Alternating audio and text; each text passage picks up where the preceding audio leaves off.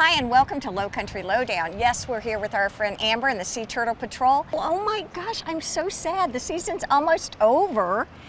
Amber looks especially rested today. You actually said you had a couple of nights sleep because you haven't had that for a long time.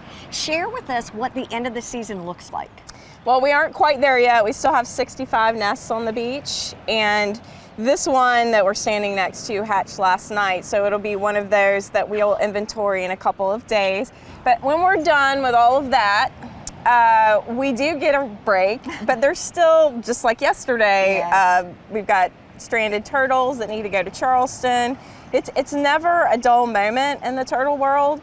But yes, September, we're starting to slow down just a little bit, but sea turtle world is all year. Always. You know, it's probably a good time today to even talk about the volunteers and the people that it takes, because honestly, you've got a village that's been put together here to really help you manage these sea turtles. Yeah, so there's 18 of us on the beach. We'll probably have up to 6 people a morning. We've got a board of directors who are constantly working on marketing and contacting people, giving them updates, our nest dedication program. It's a grant processes, several things that have to go on during the off season. But we also have the turtle trackers who, as you guys are standing here, yes, exactly. They're everywhere. We have 6 chapters of those, that nonprofit that we started in 2016 that clean the beach every night, fill holes. Amazing. So there's 500 of them on the roster. I think for many of us, I always knew about the sea turtles.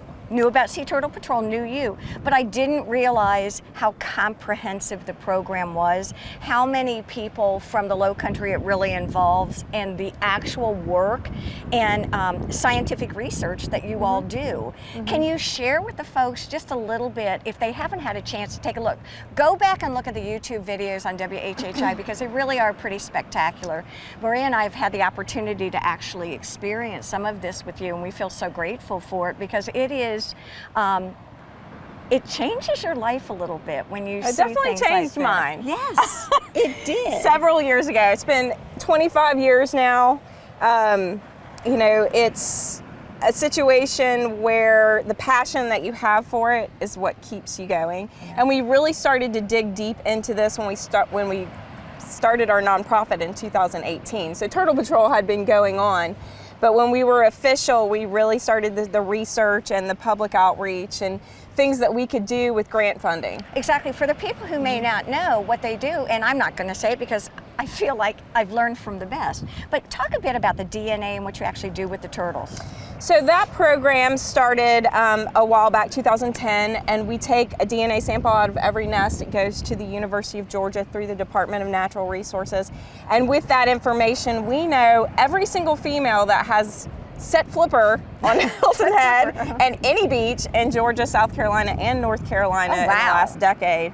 And so we can identify them through their DNA, how many nests they laid on our beach, what other beaches they visit, who are their sisters, who's their grandmother, their mother. We know everything about the females. The males are a little bit and you're accumulating a lot of data that we'll be able to use historically moving forward.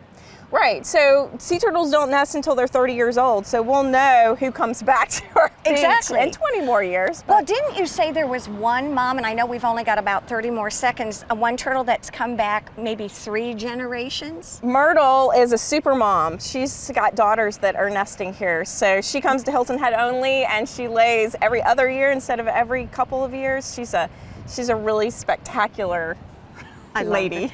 Thank you so much, Amber, for joining us, and thank you all for joining us here on Lowcountry Lowdown. And that's a wrap for this edition of the WHHI Daily News. Thank you all so much for watching, and I want to thank the team behind the scenes, our General Manager, Jessa Jeremiah, and all of you for watching our daily newscast. I'm Robyn Zimmerman, and we'll see you next time.